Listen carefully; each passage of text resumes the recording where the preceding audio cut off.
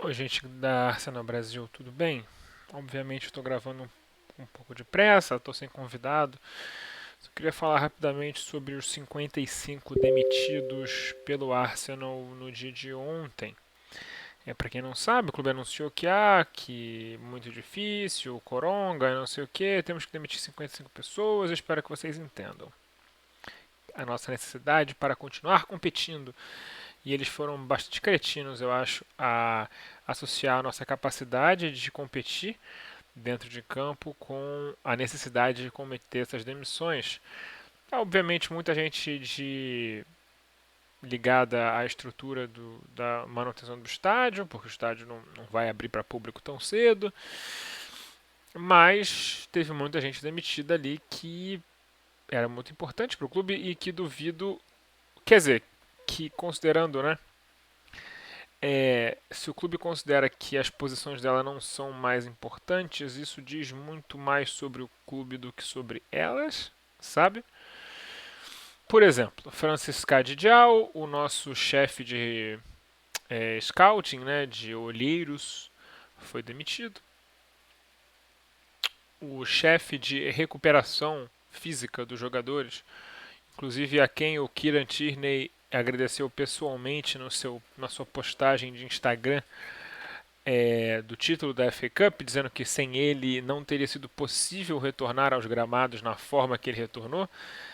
Lembrando que o Tierney se recuperou de um deslocamento de ombro que ele sofreu ali em janeiro e voltou muito bem fisicamente, estava super bem. Esse funcionário também foi demitido, entre muitos outros que tinham um contato direto com os atletas.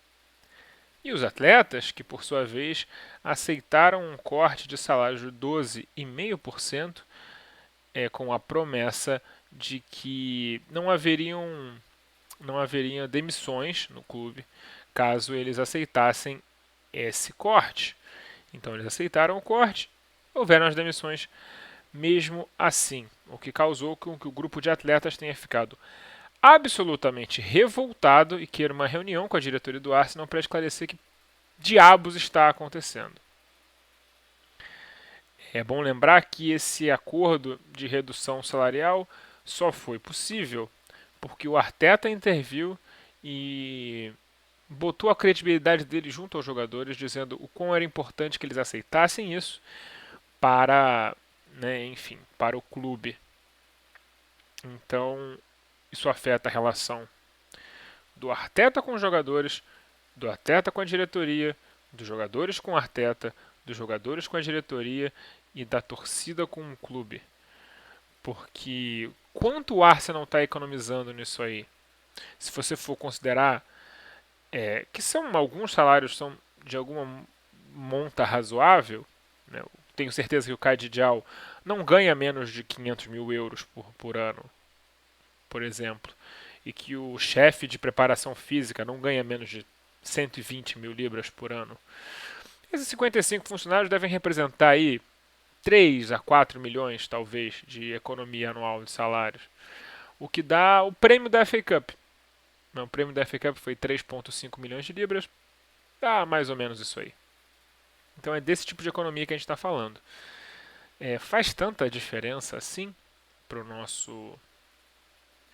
nosso fluxo de caixa?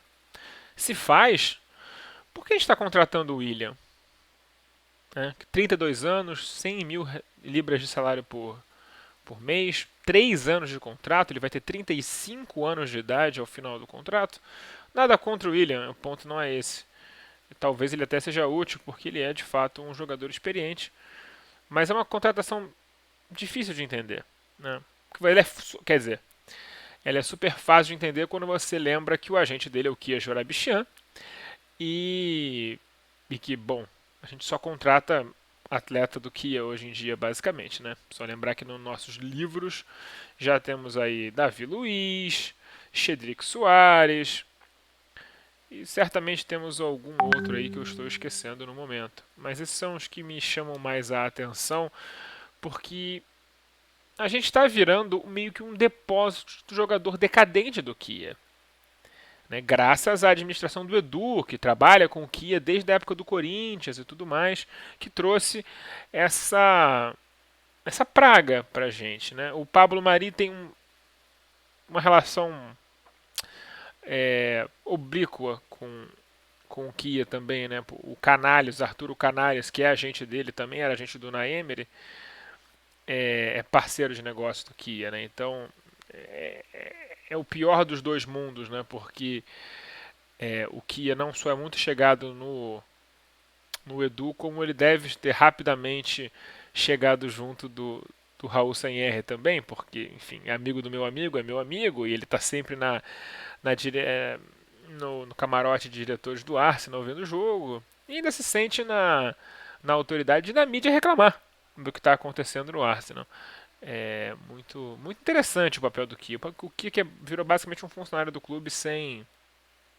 Não vou dizer sem pagamento, porque ele enche os bolsos de dinheiro de taxas de agente e tudo mais, consegue até negócio, às vezes duas vezes com o mesmo jogador, né? Por exemplo, com o Cedric ele conseguiu a taxa do empréstimo e depois a taxa de renovação do contrato dele, né? De free agents com o Arsenal. Deve ser muito habilidoso, né? Isso não parece nada suspeito, nada criminoso, nada ilegal, né? Isso não parece como se o Arsenal tivesse financiando o Kia Jorabichian.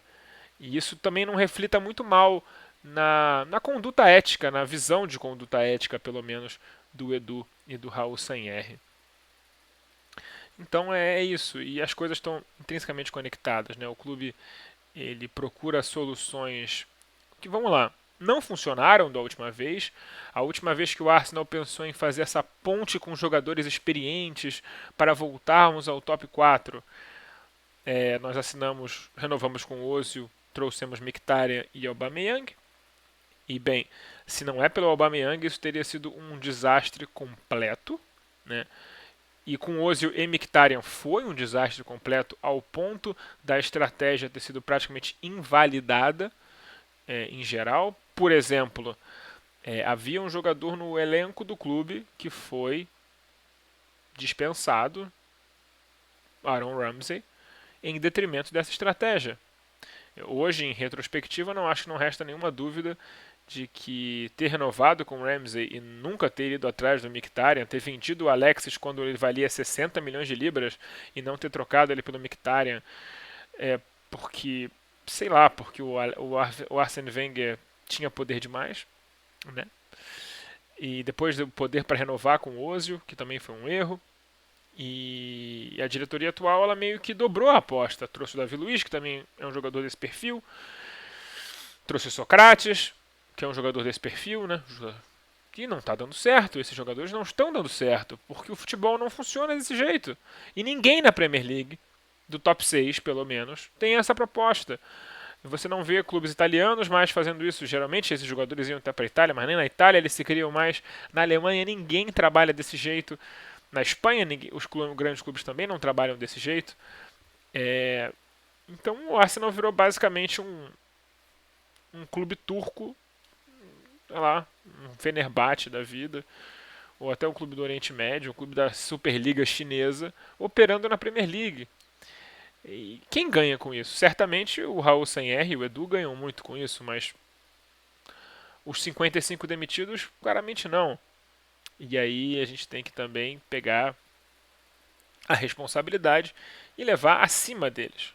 Porque isso não é só a responsabilidade do Edu e do Raul. Porque eles não são donos do clube. Mas quem são donos do clube são os Kroenke. Os Kroenke que, apesar da fortuna do Stanley Kroenke, que o Josh não é nada, né? Ele é herdeiro. Herdeiro, né? Quando os pais morrerem, ele vai ser provavelmente um dos homens mais ricos do mundo, porque a mãe é dona do Walmart. E o pai também é um bilionário, o Stanley, né? Mas hoje ele não conta. Ele está numa situação ruim, o Stanley Kroenke, porque ele colocou 3 ou 4 bilhões de dólares naquele estádio lá de futebol americano em Los Angeles, e ele não sabe quando ele vai poder botar gente no estádio. Existe, por exemplo, uma possibilidade muito real da temporada de futebol americano não acontecer.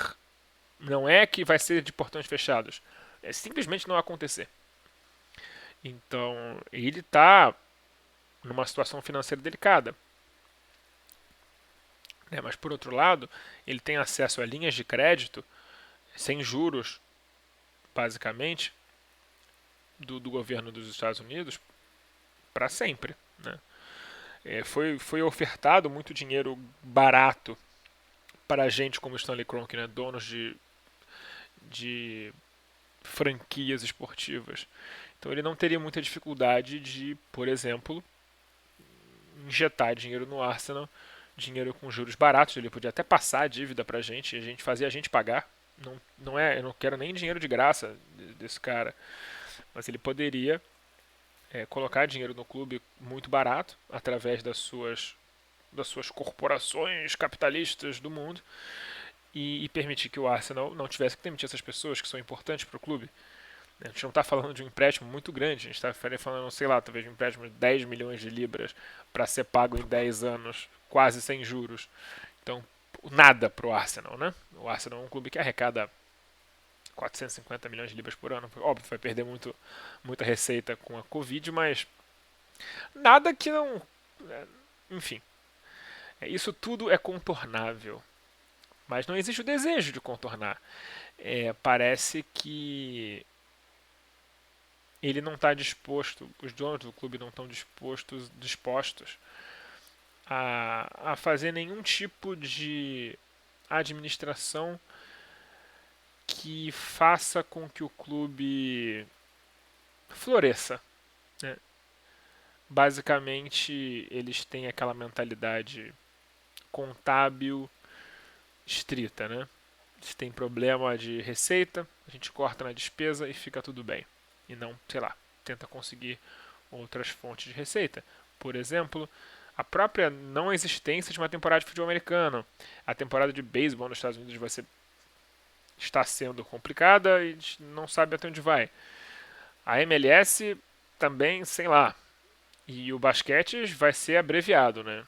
Então, assim, os próprios moradores dos Estados Unidos, do Canadá, eles vão ter uma sede por conteúdo esportivo e muito possível que eles, né, vejam muito mais futebol europeu nessa época. Então, a gente sabe que existirão negócios aí a ser feitos, mas nem nisso eles estão interessados, né?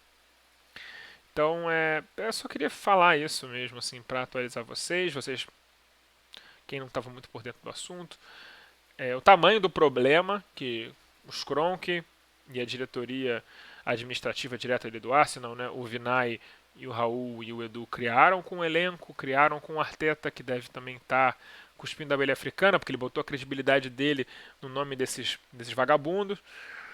Então, complicado. A gente ganha a FA Cup, os jogadores passam a acreditar no projeto, e aí, por causa de uma economia que para o Arsenal é irrelevante, os diretores do Arsenal acham que vale a pena jogar isso tudo fora em troco de nada. Parabéns para todos os envolvidos e tomara que o Kia Jorabichian consiga colocar os 14, 40 milhões de idosos agenciados por ele no clube e fazer o Edu e o Raul muito ricos.